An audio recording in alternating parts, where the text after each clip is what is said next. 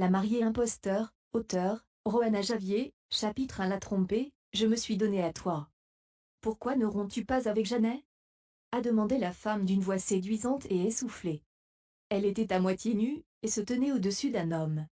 Ne mentionne pas son nom quand on est au lit. L'homme était tellement excité qu'il a serré les seins de la femme, et a gémi de plaisir. La femme avait l'air mécontente, car elle n'avait pas obtenu la réponse qu'elle voulait. Pas question.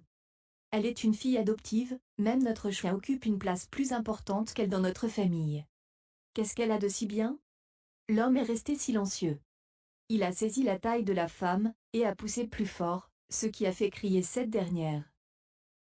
Jeanne et l'Inde se tenaient devant la porte, écoutant tout ce qui se passait dans la pièce. Ses yeux fatigués sont devenus froids lorsqu'elle a compris ce qui se passait. Elle venait de rentrer de l'hôpital. Anna, la femme de chambre qui avait élevé Jeanne depuis son enfance, avait été diagnostiquée il y a 3 mois d'une cirrhose du foie avancée. La femme avait besoin d'une greffe de foie immédiatement. Jeanne devait rassembler l'argent pour payer les frais médicaux. Pour rendre sa situation encore plus compliquée, son petit ami l'a trompée avec sa sœur. Jeanne avait l'impression que sa vie tombait en morceaux. Tu m'as entendu? Tu dois me donner ta décision ce soir. C'est elle ou moi. À toi de choisir, a dit Jocelyn l'Inde en frappant sur la poitrine de Steve Carter, désespéré d'entendre sa réponse. Jeanne a ouvert la porte d'un coup de pied, et a jeté un regard furieux au couple. Laisse-moi t'épargner ces peines. Ce n'est qu'un homme. Tu peux l'avoir si tu veux. Bien que Jeanne ait l'air nonchalante, elle a eu le cœur brisé en voyant son petit ami la tromper avec sa sœur. Steve était le camarade de classe de Jeanne à l'université. C'était un bel homme issu d'une famille aisée. Il avait couru après Jeanne pendant 3 ans. Il lui avait à nouveau avoué son amour juste avant leur remise de diplôme. C'était sur la cour de récréation de leur université. De nombreuses personnes étaient présentes, et presque tous les élèves avaient assisté à la scène romantique. Jeanne avait finalement accepté d'être sa petite amie. La douleur de la trahison l'a écrasée. En regardant les 2 personnes en face d'elle, Jeanne a serré les poings, ses ongles s'enfonçant dans sa chair. Steve s'est empressé de repousser Jocelyn, d'enfiler son pantalon et de sortir du lit. Jocelyn a failli tomber. Les mots de Jeanne ont enflammé sa colère. Elle avait fait beaucoup d'efforts pour sortir avec un homme riche et beau comme Steve. Jeanne avait gagné son cœur sans rien faire, ce qui rendait Jocelyn furieuse. Jeanne n'était qu'une fille adoptive après tout. Mais qu'est-ce que tu racontes? Tu parles comme si tu avais largué Steve. C'est Steve qui t'a largué, salope. A ricané Jocelyn en tirant la couette plus près de son corps. Puis, elle a regardé Steve, et lui a demandé, « Steve, qu'est-ce que tu viens de me dire? Dis-le à Jeanne. » Steve avait couché avec Jocelyn par pure impulsion. La femme l'avait séduit, et il a perdu le contrôle de lui-même. Il s'est agenouillé et a attrapé le poignet de Jeanne. « Jeanne, s'il te plaît, pardonne-moi. Je ne savais pas à quoi je pensais. » Malgré les larmes qui remplissaient ses yeux, Jeanne le regardait avec dégoût.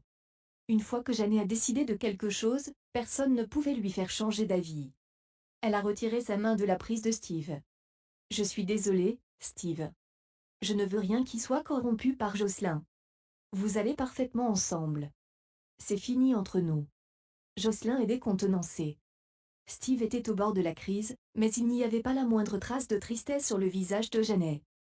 La colère montait dans ses veines parce qu'elle n'avait pas obtenu ce qu'elle voulait. Jeanne n'a pas eu le temps de leur parler. Jocelyn avait toujours été en compétition avec elle depuis qu'elle était enfant, et elle aimait prendre ce qui appartenait à Jeanne. C'était son habitude d'arracher les jouets de Jeanne. Maintenant qu'elle avait grandi, elle a aussi arraché son petit ami. Jeanne était habituée à ça. Elle était seulement préoccupée par les frais médicaux d'Anna à ce moment. Au moment où elle s'apprêtait à partir, elle a entendu le claquement des pas dans le couloir. Il se fait tard dans la nuit. C'est quoi tout ce bruit? Les parents adoptifs de Jeanne, Bernie Lind et Fiona Duncan, se sont précipités après avoir entendu le vacarme. Bernie est entré le premier dans la pièce. Ses yeux se sont élargis avec horreur lorsqu'il a vu sa fille assise sur le lit, presque nue, à l'exception de la couette qui l'enveloppait. « Que diable fais-tu? Tu vas bientôt te marier. Que fais-tu avec un autre homme? » a-t-il hurlé. Jocelyn s'est serré contre elle et a regardé Bernie avec des yeux enflammés. Elle a grincé des dents pour refouler sa rage. Les familles Lesté et l'Inde s'étaient mises d'accord pour que leurs enfants se marient une fois adultes. Son fiancé était un enfant illégitime, et la famille Lesté l'avait chassé de la maison il y a de cela bien longtemps. Il était pauvre et n'avait même pas un travail décent. C'était juste un flemmard qui perdait son temps à ne rien faire. Jocelyn ne voulait pas se marier avec lui. Elle avait le sentiment qu'elle méritait quelqu'un de mieux que lui. « Je suis enceinte », a déclaré Jocelyn en pointant Steve du doigt. « Je suis enceinte de lui. Donc je ne peux pas épouser quelqu'un d'autre. Tu ferais mieux d'annuler le mariage. » Steve était stupéfait. Il n'avait couché avec Jocelyn que quelques fois. Alors comment pouvait-elle tomber enceinte? Quelle absurdité! Tu dois te marier dans la famille Lesté. Bernie était fou de rage. Il avait envie de gifler Jocelyn pour avoir agi aussi bêtement. Le mariage était, en effet, une question de prestige pour lui. Que pourrait-il répondre à la famille Lesté si elle lui demandait la raison de l'annulation du mariage? Fiona se trouvait, de manière protectrice, devant sa fille. Elle était protectrice envers Jocelyn, et la grondait rarement. Son mari était furieux, mais elle ne pouvait pas supporter de le voir crier sur Jocelyn. « Bernie, pourquoi es-tu en colère contre Jocelyn ?» a crié Fiona. « Janet est aussi une fille de la famille Linde. Elle peut aussi se marier dans la famille Lesté. » Le mariage était, en effet, une question de prestige pour lui. Que pourrait-il répondre à la famille Lesté si elle lui demandait la raison de l'annulation du mariage? Fiona se trouvait, de manière protectrice, devant sa fille. Elle était protectrice envers Jocelyn, et la grondait rarement. Son mari était furieux, mais elle ne pouvait pas supporter de le voir crier sur Jocelyn. « Bernie, pourquoi es-tu en colère contre Jocelyn ?» a crié Fiona. « Janet est aussi une fille de la famille Linde. Elle peut aussi se marier dans la famille Lesté. » Bernie et Fiona n'avaient pas eu d'enfants pendant les premières années de leur mariage. À cause de la pression des aînés de la famille Linde, ils avaient dû adopter Janet. Bien des années plus tard, Fiona était finalement tombée enceinte, et avait donné naissance à Jocelyn. Cette épreuve l'a fait haïr encore plus Janet. L'existence de Janet était pour elle la preuve de son infertilité. La simple vue de sa fille adoptive irritait Fiona. Après avoir donné naissance à Jocelyn, Fiona est devenue partiale envers sa fille, et a méprisé Janet. Avec le temps, Janet est devenue meilleure que sa fille dans tous les domaines. Cela a semblé intensifier encore plus sa haine pour Janet. Les mots de Fiona ont mis Janet en colère.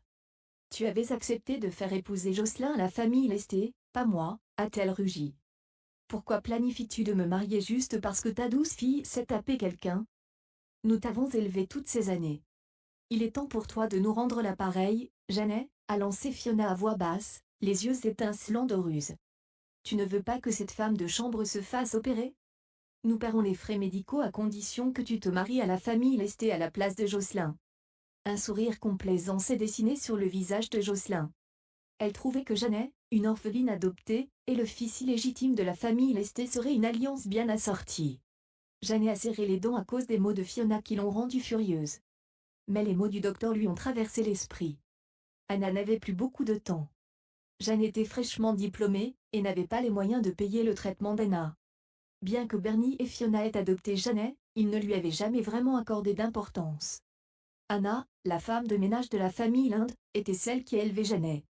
Anna était un peu comme la grand-mère que Janet n'a jamais eue. Elle refusait de la laisser seule dans une situation désespérée. Se rendant compte de son hésitation, Fiona s'est approchée de Janet. « Tu devras épouser quelqu'un plus tard. Et si tu nous aidais en épousant le fils de la famille Lesté? Je te donnerai l'argent dès que tu seras mariée. » Les pieds de Janet tremblaient tandis que tout le monde dans la pièce la fixait. Elle avait absolument besoin d'argent pour payer les frais médicaux d'Anna. Finalement, des larmes ont coulé sur ses joues. Elle a baissé la tête, et a répondu d'une voix basse. « D'accord, je vais l'épouser.